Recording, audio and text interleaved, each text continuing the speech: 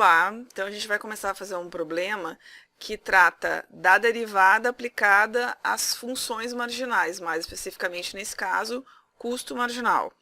Então, uma empresa está avaliando a possibilidade de aumentar seu nível de produção atual, que é de 50 peças semanais, sendo que anteriormente houve um aumento de 30 para 50 peças semanais.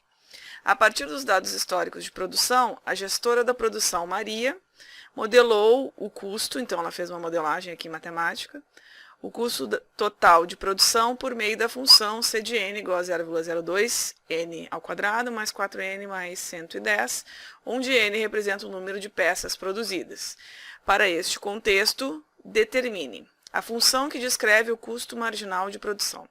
Bom, a função que descreve o custo marginal, ela é a derivada da C de n, ou seja, da custo total. Então, isso aqui, por exemplo, se eu fabricar 100 peças, essa função me dá o custo total das 100 peças juntas. A função custo marginal, o que ela me dá? Ela me dá o custo da próxima, de uma peça a mais, da próxima. Se eu estou produzindo 50 e eu aplicar aqui no lugar de n 50, ela vai me dar o custo aproximado, vai me dar uma estimativa da 51ª peça. Então, é de uma peça só. O custo marginal, ela me dá uma aproximação para a próxima peça que eu produzi, uma unidade a mais do que eu já venho produzindo. Então, se eu quero uma função de custo marginal, eu vou fazer a derivada. Então, a derivada da custo total. Quando a gente coloca só C, desculpa que aqui é C de n, né? A gente está usando n como número de peças. E a derivada aqui a gente pode fazer, então, pela regra da potência, né? Em que consiste isso? Esse número aqui, que é o expoentezinho, deixa eu colocar aqui. Então, se eu vou ter x na n e quero derivar, qual é a regra da potência? Essa aqui está indicando derivada. Então, faz o quê? Ela pega esse n e desce ele multiplicando. Então, fica n vezes o x elevado na n menos 1. Traduzindo isso aqui, o que acontece? Eu baixo esse expoente que tem aqui para multiplicar o que tiver aqui na frente e diminuo aqui em cima no expoente. Então, é o que a gente vai fazer aqui. A c' de n vai ser o 2 vai descer, então vai ficar 2 vezes 0,02, que é o que já tem ali, vezes o n, elevado na n menos 1. Então, aqui como é 2, eu vou botar bem explicadinho, mas a gente pode botar direto, tá? 2 menos 1. E vou fazer isso para cada uma das parcelas dessa minha função. Então, porque aqui é tudo soma, quando é uma soma ou uma subtração aqui de termos, a gente pode usar a regra da potência em cada termo. Então, aqui eu tenho o quê? Se aqui não tem nada, aqui é 1. Então, esse 1 desce multiplicando, não vai fazer diferença, mas eu vou colocar aqui só para ficar bem explicadinho. E aí, vezes o 4, n, na 1 menos 1. 1 menos 1. Mais 110. Cara, 110 é uma constante. Derivada de constante é zero. Por que que esse negócio é zero? Vejam só aqui. Desenhando aqui um gráfico. Vamos tentar aqui ver o que é uma função constante. O que é uma função constante? Para todo o x, o y vai ser sempre 110. Aí está dizendo. Então, digamos aqui, 110. Porque só esse pedacinho é como se fosse assim. F de x igual a 110. Ou qualquer número sozinho. Não tem uma variável associada a ele. Ele é só uma constante. O que isso significa?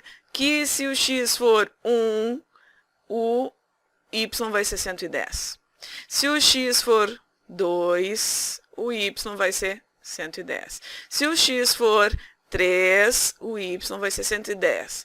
Ou seja, qualquer número aqui pelo meio, que a função assumir de x, o valor que vai ser devolvido é 110. Então, olha só como é que a função ela é uma reta. E é uma reta paralela ao eixo do x. A tabelinha dela vai ficar assim, ó, x, y. E assim, se for 0, é 110. Se for 1, é 110. Ah, professora, mas se for 5.059? Se for 5.059, é 110. Então, é essa função aqui. Bom, o que é derivada geometricamente? Ela é a inclinação da reta tangente em relação ao eixo horizontal, o eixo das abscissas, ou eixo do x. A inclinação dessa reta em relação a essa reta, ou seja, do eixo. E como não tem inclinação nenhuma, elas são paralelas, a inclinação da reta tangente, né, do ângulo vai ser 0. Então, sempre que eu tiver uma constante, a reta vai ser sempre paralela ao eixo do x, e eu já posso colocar direto que a derivada de uma constante é 0. Por causa disso, tá? Isso é importante saber por quê.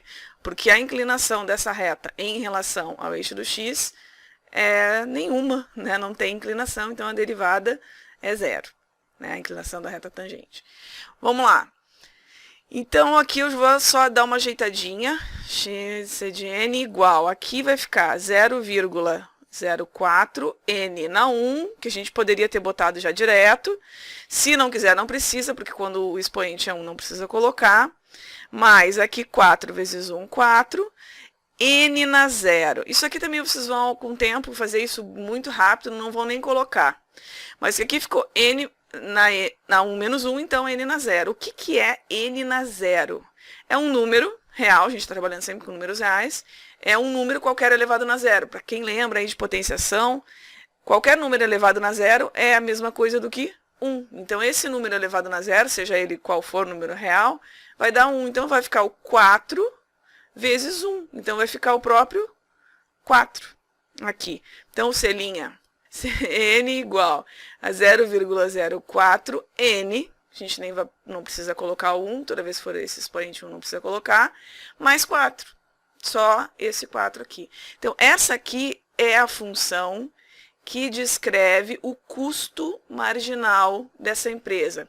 Significado disso, se eu quiser saber qual é a estimativa para o custo de produção de uma unidade a mais do que eu estou produzindo agora, digamos que eu esteja produzindo 100 unidades, se eu quiser saber o custo de produção da 100ª unidade, eu uso essa função aqui. Isso vale para receita marginal e lucro marginal também, ok? Valeu!